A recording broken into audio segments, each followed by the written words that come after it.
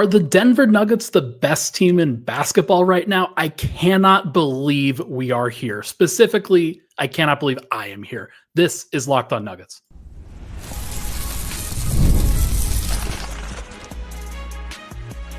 You are Locked On Nuggets, your daily Denver Nuggets podcast. Part of the Locked On Podcast Network, your team every day. Welcome to Locked On Nuggets, your daily Denver Nuggets podcast, part of the Locked On Network, your team every day. Thank you for tuning in for this entire week. We've had stacked, amazing episodes throughout this time. My name is Ryan Blackburn, host of Pickaxe and Roll and at Mile High Sports. He is Matt Moore over at Buckets, the Action Network, the Denver Dig. Very excited, have a lot of great content over the course of this week. This podcast, as you know, it's brought to you by Monarch Money. Take control of your finances with Monarch Money. Use code LOCKEDONNBA at monarchmoney.com for 50% off your first year. Okay, Matt, the Denver Nuggets are the best team in the NBA now. They are. This is the best team in the NBA, and I cannot believe they are here. You do realize that Doug Branson's going to clip this for Locked On NBA tomorrow. I'm going hoping to tell him to clip this for Locked On NBA tomorrow. Great. Hey, the OKC Thunder, they had their run. They're going to go back to being the OKC. I'm just kidding. No, I actually like here. Now I'm saying it's a Locked On Thunder for Ryan Stiles to discuss on his show. I'm just joking around a little bit because look, I think Nuggets fans are all feeling the juice a little bit around this team. I think everybody is very excited about not only making the Michael Porter Jr. trade for Cam Johnson, arguably a better player, certainly a better fit for right now, they have also put a real rotation around Nikola Jokic, this amazing starting lineup that Denver has had for a while. And that was the sort of thing that everybody was talking about, right? Was make sure that the starting five, the core five, whatever you call it, is the best that it can possibly be, and then give the rotation some help. And I think the Nuggets have done that. I think it's been interesting, the reactions on Cam, because to me, I did a whole big thing on Dig about it on the Denver Dig. And to me, the biggest thing is he's got so much of an ability to play off the bounce in ways that MPJ couldn't. And Mike had a really good start to the season with some of that stuff, but by late in the season, we were back to just like, he can't drive. If he drives, he's going to lose the ball. And Cam's not hyper explosive, but he's extremely patient. And like, he's just in control.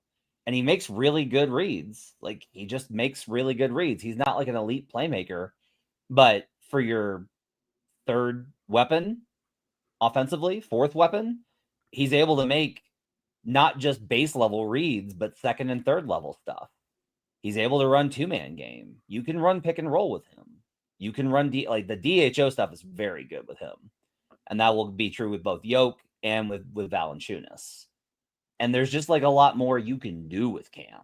You can just do a lot more with him. I think, from the perspective of how good this team is, everybody does the on paper stuff in the offseason. And I don't know that I've ever had a time, Ryan, where I believe in the on paper stuff less. Mm. Except when OKC on paper was a 65-win team. Yeah. But even then, I think what made them great wasn't the individual talent. It was the combination and I've really gotten to this point where I'm like, it's not about how good your star players are. It's not even, the misconception is that it's about depth. And I don't think that's true. It's how many good 5-man lineups can you put out there? Yeah. And the Nuggets can put out so many more 5-man lineups that are better. Like, they just have the ability to put so many different ones where it's even the ones that are like, we're just trying to buy some minutes here are going to be so much better. Oh yeah. Just having Tim Hardaway Jr. is going to be significant just by having a guy where it's like, yeah, he's an NBA, like he's not going to get completely lost defensively. He's going to, so like it's him. It is another year for Peyton Watson, Julian Strawther, Jalen Pickett, those guys. We'll see what the young guys can actually put together. But here's the thing. I can put a lineup together. I could put a rotation together in the playoffs that includes 0 young players now. It's going to be Bruce Brown, Tim Hardaway Jr., Jonas Valanciunas, like playing 10 minutes. And then Denver starters play 40 like they did this last time. So anything that the Nuggets put together going forward with their young guys, I think is going to be awesome. Hello, what's up? What's up, Katie's lady? How are you? Just wanted to say hello. Happy birthday. How are you? Sorry, that came out wrong. They would have beaten OKC if they had the current team in the last playoffs. I think that's an argument. Is a chat comment. No, I did not. Yeah, it is an argument though. Like that's the one thing that I know you don't like to do this, and I understand why. That basically, every single time everybody puts together, oh, if you could have won game 4, you could have won game 5. There are some certain times that you could have turned that series around. I still think that OKC would have won the series last year had they one thing gone Denver's way. But I do think that now that you have those options, you're not going to have as many times anymore where Nikola Jokic, you're just throwing the ball into the post and everybody's collapsing on him all the time. Like Cam Johnson. Go ahead. THJ is a terrible defender and a very inconsistent shooter. Yes, that's why he's the 9th man on this Denver Nuggets team. Yeah. Like we are just talking about, you just need to, because the other thing is, and like Pistons fans would tell you this, it's like, no, you'll get some good games out of him. Like he'll have nights where we're like, you know who had a good game tonight? It was THJ. We're gonna have a lot of nights like, you know who's terrible tonight? THJ. He was terrible tonight. Yeah. Like, and that's okay. But I will tell you that just the baseline competency that veterans bring of not getting lost helps the other guys a lot. Like, watch Nikola when he plays with inexperienced players and watch the frustration just emanate from him. And Tim Hardaway Jr. will make fewer mistakes, most likely, that will frustrate Nikola Jokic. Yeah. Most likely. And like he's willing to live with it because he knows who Tim Hardaway is. He's played against him over and over and over again. He understands his game. He understands his tendencies. Like these guys will figure it out. But the other thing is like one of the great things that OKC consistently did, Indiana consistently did, was that if your 6th man doesn't have it, you can go to the 9th. If your 9th man doesn't have it, you could go to the 11th. You could go to these other guys and feel like you at least have some competency there, some baseline there that they can. Hurricane, who has been very negative about this entire like revamp, is saying they still need 2 more guys. Yeah. Okay. Julian Strawther came into a playoff game against the Thunder and had a massive game. Like, Julian's going to be a guy. He may not be, he's not going to be a star, but like he can be a rotation guy in this league. Yeah. He can absolutely be a guy. Peyton Watson, if they retain him, can definitely be a guy. Like, you have the rotation is the starters with Cam, Bruce, Julian, Peyton, THJ, Valanciunas. That's 10. That's 10. That's a 10-man rotation. Any more than that honestly on any given night, and it's hubris. You're running 11, 12, you're running too many. Yeah. Like now OKC was doing it. And they were able to get through it in part because like those guys will consistently buy in. Denver in all likelihood is probably going to get to 10. And they're basically going to, like, whenever guys have a bad stretch, they'll probably rotate out to an 11th person. And it's not like you're not going to extend the rotation past 10 guys, but you can. And so that's the goal here for Denver. The other thing is, like, Matt, it was so important that Denver had a player that they could drop Nikola Jokic's minutes from 36.7 minutes per game down to about 32, 33. And I think that Jonas Valanciunas can average in the games that Jokic plays about 15 minutes per game. That is such a big deal. It's so huge. I agree. I totally agree. Jacob says, what's the most games that Cam has played? He usually only plays like 47. He played 57 last year, 47 the season before, and 41 the season prior in Phoenix and Brooklyn. What I would tell you is I looked back at this and I wrote about it on the dig. There's no major knee injury stuff. He had the meniscus repair back in 2022. He had a quad contusion 2 years ago. Or this last season, I'm sorry. That's it. That's there's no major injury stuff there. He could keep getting banged up. That's possible. But I would tell you that the context of where Brooklyn was at probably indicates a lot more of how many games he played rather than this other kind of thing. He played 60 games in 2021 because they only played 72 games that season. Yeah. He played 66 the following year. That was when he had the knee surgery. I don't know what to tell you here. I do not have the same kind of injury concerns about Cam Johnson that I do about Michael Porter Jr. I'll be like, but MPJ played more games. He did. But you just cannot get guys. The back surgeries are a big deal. I don't know how else to tell you this. Just because they have not directly impacted your life outside of the season that he missed entirely. 2 seasons, his rookie season, and then the other one. It's very possible that follows him at some point. We'll see what happens. There's at least look, Denver made a bet here, and I think that they're going to get it paid off. I think that they have a great mix, and I'm very excited to see where it goes. Tell you what, let's take a break. When we come back, I want you, Matt, to come up with your favorite 5-man rotate or your favorite 5-man lineup that is not the starters. We'll be right back here on Locked on Nuggets. Today's show is brought to you by Monarch Money. Do you ever wish managing your money felt easier? With Monarch Money, it can. Whether you're growing your savings or planning a big purchase, Monarch puts you in the driver's seat. It's like having your own personal CFO, giving you full visibility and control on your finances. Monarch is more than a budgeting app. It's a complete financial command center. You can track all of your accounts, investments, and spending in one place. So in addition to managing your money, you're also picking wealth. Is there a specific category like takeout or subscriptions that has added up for you more than expected? Because it has for me. That I definitely need to get track of, especially on the subscription front. Take control of your finances with Monarch Money. Use code LOCKEDONNBA at monarchmoney.com for 50% off your first year. That's monarchmoney.com. Code LOCKEDONNBA for half off your first year. We'll be right back here on Locked on Nuggets. Back at it, Locked on Nuggets. Thank you so much for tuning in. Hurricane says Mike has missed 2 full seasons in his career, yet he's played 5 more games than Cam Johnson over his career.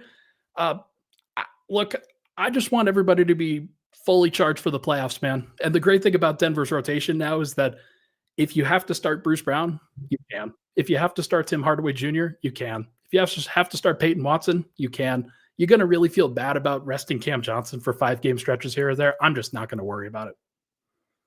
Yeah, I just think we spent a lot of time appreciating Mike for how much he put into playing. Yeah. And we credit him a lot with that. You guys should also know, it takes a lot for Mike to do that. Yeah.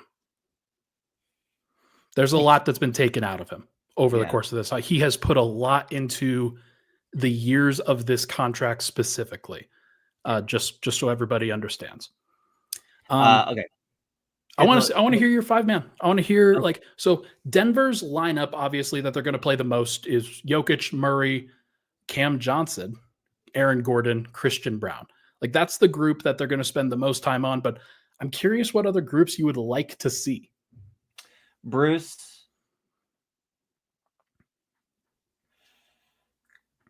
Christian, Peyton, Cam, JV.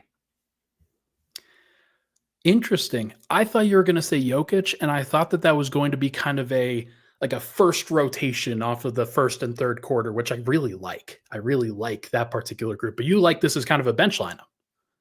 I'm also good with it with Jokic. It just feels greedy to ever use 3 starters in the rotation in the stagger lineup. But yeah, I like it better. Obviously, I'm so surprised. I'm going to like it better with Joker. The capability there to kind of build. I really like the Bruce, Christian, Cam defensive combo.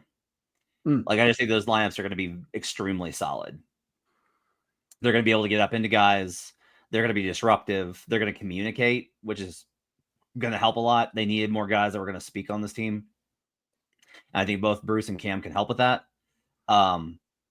They could shoot with Cam. They can't shoot with Christian and Peyton, and Bruce is a question mark there. So the shooting is going to be a little bit of an issue, but they can run. And it gets back to that lineup that I think we all kind of liked, which was like Bruce and Christian, or Bruce and KCP. When it was those two just wrecking in 2023, they can get back to that a little bit. And I think that's really exciting. So for me, it's like what Bruce is able to bring at point guard alongside some of these other guys. I'll also say like one that I've really liked too, honestly, is Bruce, Julian, Christian, Cam, Jokic. I like that one a lot too. Yeah.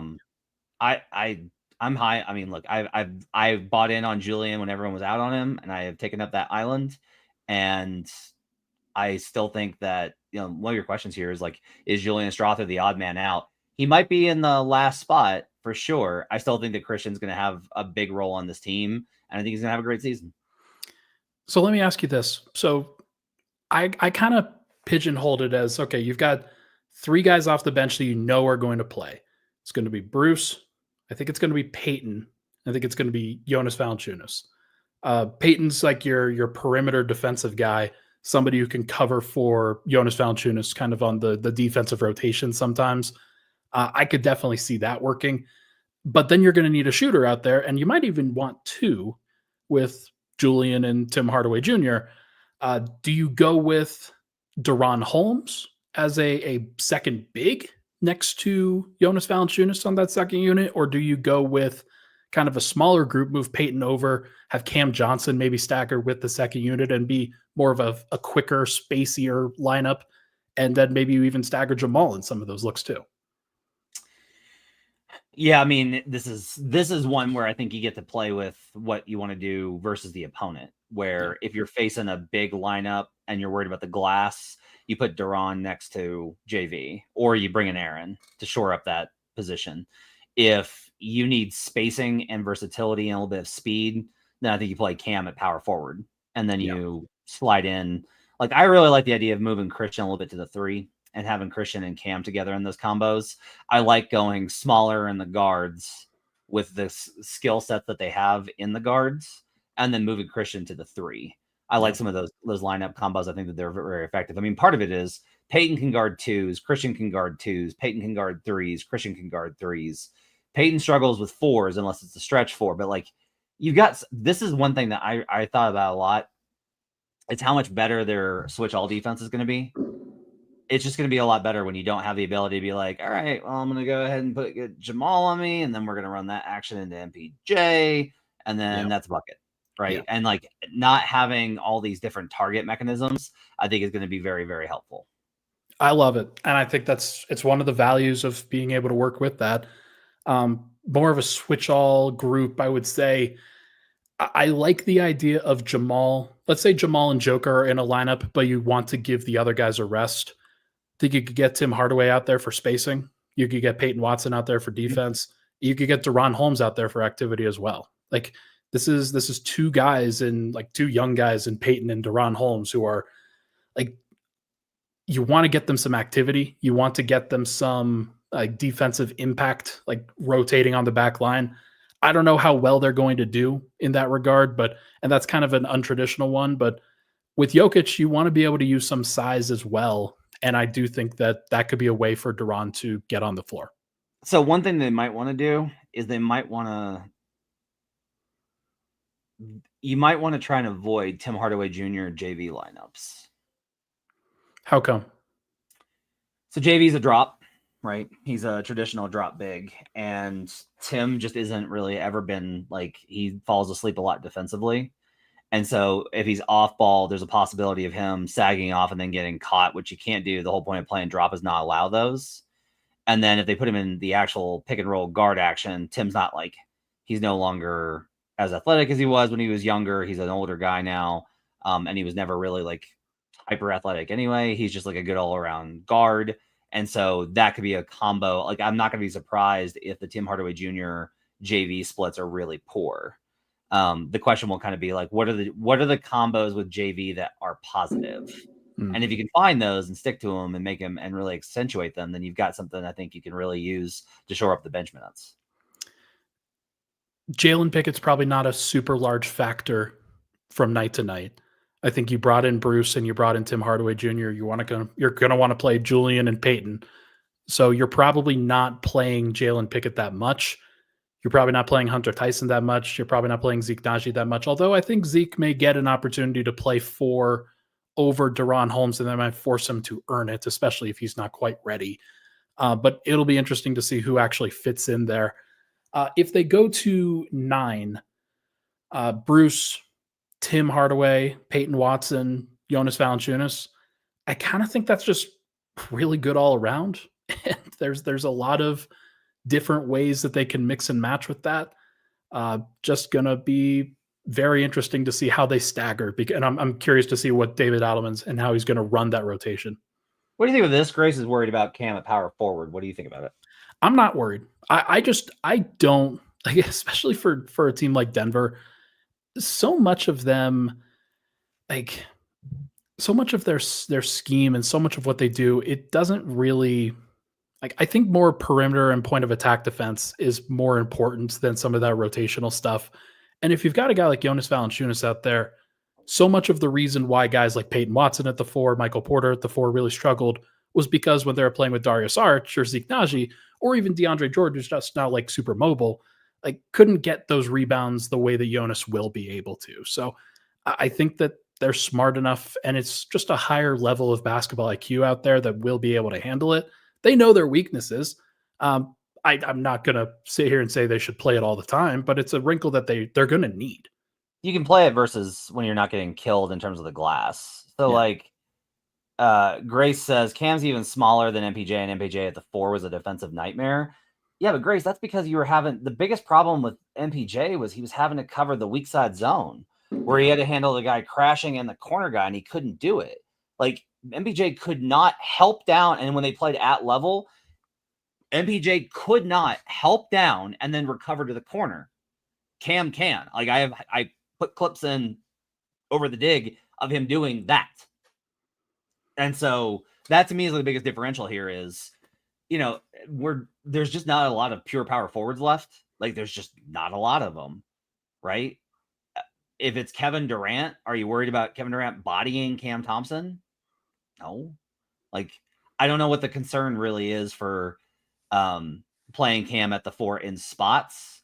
I think in general, I don't want him playing a lot of it. I want him playing very sparingly and very select lineups. I don't want it being his normal rotation. He should not be the backup 4. But I think it's a tool you can use for sure. You don't think that he can be the backup 4, like with Peyton Watson being the backup 3? No. You once again are trying to get guys killed, and I will continue to fight back on your urge to murder people. You want Aaron Gordon at the 5 and Cam Thompson at the 4, and I am trying to save these men. I am trying to save them from you. And the let's go small fiend. I could understand the 5. I do not think that playing the power forward position is vastly different than playing small forward for those wings. They don't talk about it. They say it is. The 5, certainly. I don't think it's the 4. I don't think that that's a thing. No, they definitely talk about it. They definitely have talked about it. I'll have to ask. That'll be interesting. Okay. Hey, let's take another break. When we come back, we'll talk about some possible pitfalls and then talk about the 15th roster spot for Denver. That's going to be an interesting one, whether they fill it or not. We'll be right back here on Locked On Nuggets. Stop trying to murder the Nuggets.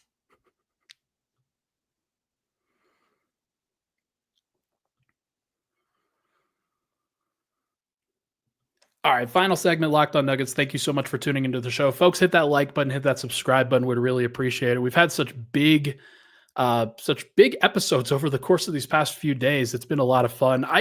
There was a world, Matt, where they did not do any of this, and we would be like sad sack and like just doing what I would normally do.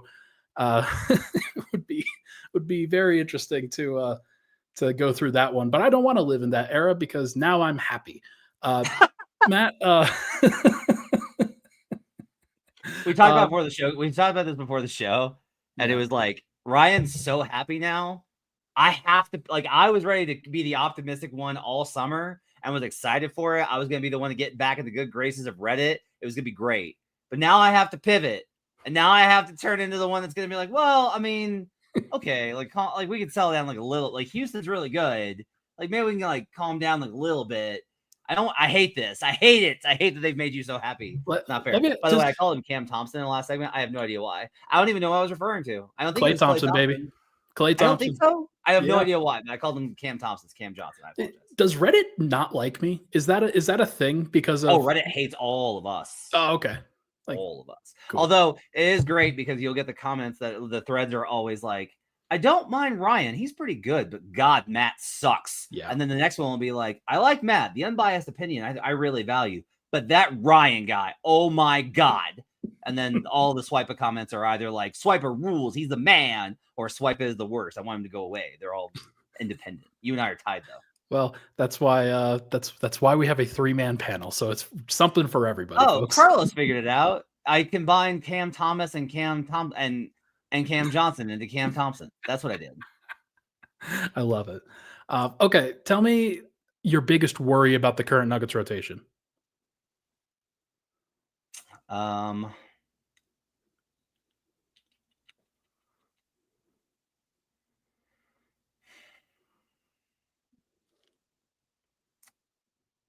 Jamal in the second unit. You don't think that's going to be good, huh? No. When has it ever been good? I thought we were doing this thing last year where he actually was pretty solid with those non-Jokic minutes. And that was with DeAndre Jordan. Well, DJ's not around anymore, Ryan. Oh, yeah. So Jamal can't Jamal doesn't have his parachute on now. No, I think I still am always going to. So I think the biggest question with that rotation is, all right, if you play Jamal with the second unit and it's like Jamal and Bruce with one of the other starters, either Christian. I like it with AG for what it's worth. Okay, you like it with AG.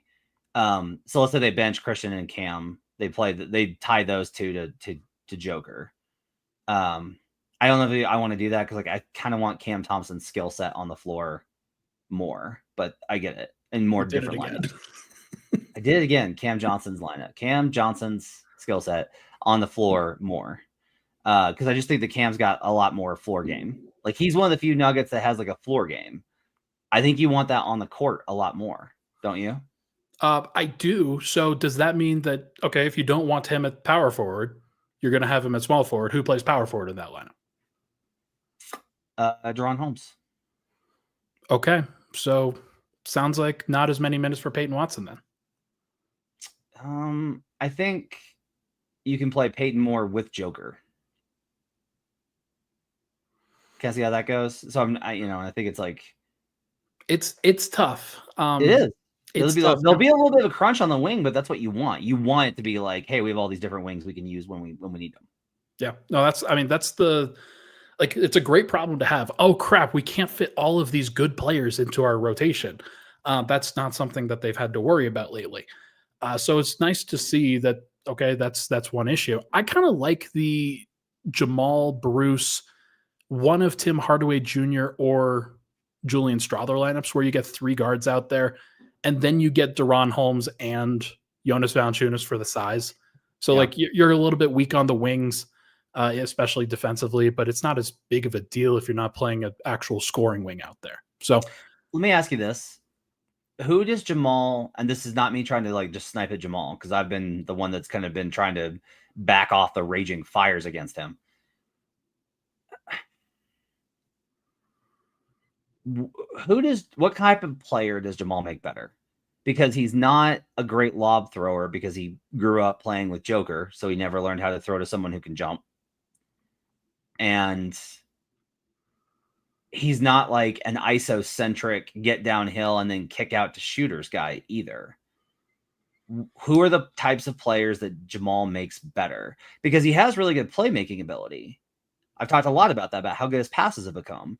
But I don't know what archetype where I'm like, oh, those guys play really well next to Jamal. I kind of think Bruce does. I kind of think Bruce, or certainly did during that year. I'd have to go check the numbers and the play by play data. Obviously, a lot of that is without Jokic on the floor for a purpose, but like I just remember a lot of lineups where Jamal would take on a lot of responsibility, and then opposing teams would bottle him up eventually. They'd figure out how they would do it, but he would allow the secondary playmaker to actually be helpful. It's funny Obviously, that you're going to tell the regular season numbers that they're like -10. well, it's just funny that we the way that we remember it, because I remember it as like Jamal was not good, but Yeah. it was the fact that they had KCP and Bruce together. Like Hmm. KCP was the part that I thought made those lineups really work. Okay. Was how that's how I remember it. But again, like memory's fuzzy here. Maybe Aaron Gordon. Aaron Gordon, I think, is a guy that, like, especially when Jamal is looking for Joker, Aaron gets a lot of that. Like he takes advantage of that attention, and Jamal does find him a fair amount. So I would say those guys probably, and then the 2-man game with Joker, I think, is still a staple.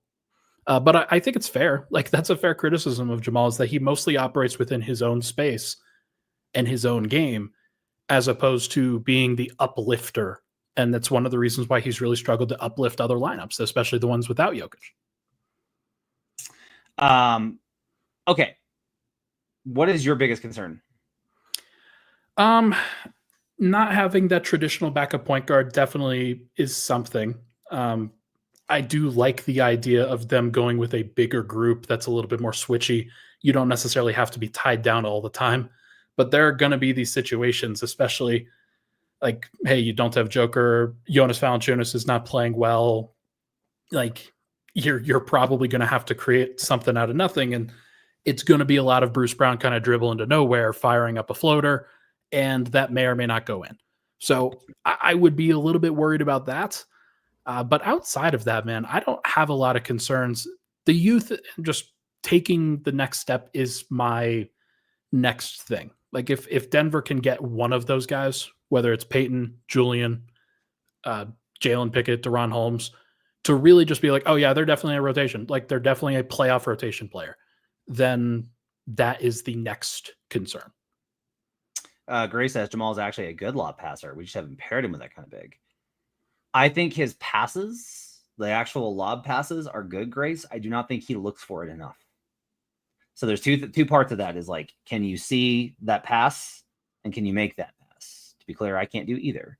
But Jamal can make that pass, but doesn't see that pass as often as I think maybe he could in some situations. What do you think they do with the 15th man? I think they add somebody, whether it's a minimum contract kind of prospect reach, undrafted free agent, somebody they find in summer league, bring back Russ, add like whoever is left on kind of the market. I am kind of surprised that there's so much of a drive for like everybody's like, okay, who else are they getting? And I'm just like, guys, they got a backup big, an upgrade on the wing, and Bruce Brown. Like they did the thing. Yeah. Don't be greedy. Like they did the thing. They got a playoff rotation now. You got more guys. I'm not saying that like they shouldn't add somebody else. They should, but I also don't think that, if they land CP3, great, terrific. But do I think that it's more likely that it's just kind of like a name, just like a guy? I think that's probably more likely. How do you feel about Kyle Lowry or Corey Joseph as like a third depth point guard that you can trust at times? Is Kyle not back with them? I didn't think that he was back. I thought he was back with that. Maybe I missed that. It's been a busy couple days. I mean, I wouldn't mind having Corey in the locker room. Everyone loves Corey. Yeah. Everybody loves Kojo. Everybody loves them. Anybody with Spurs experience, I think, is helpful. So I wouldn't mind that. I just, honestly, that's probably the best use of that slot is to find the DeAndre guy. Yeah. Is you probably need you want a good vibes veteran dude to be chill. I think that that's a perfectly reasonable thing for them to do. They do not need another guy who plays. That I think is a misnomer that some folks are putting out there. Like if it was Chris Paul, that would be awesome. Zach asks, do you think they are better than the championship year roster? Unequivocally, yes.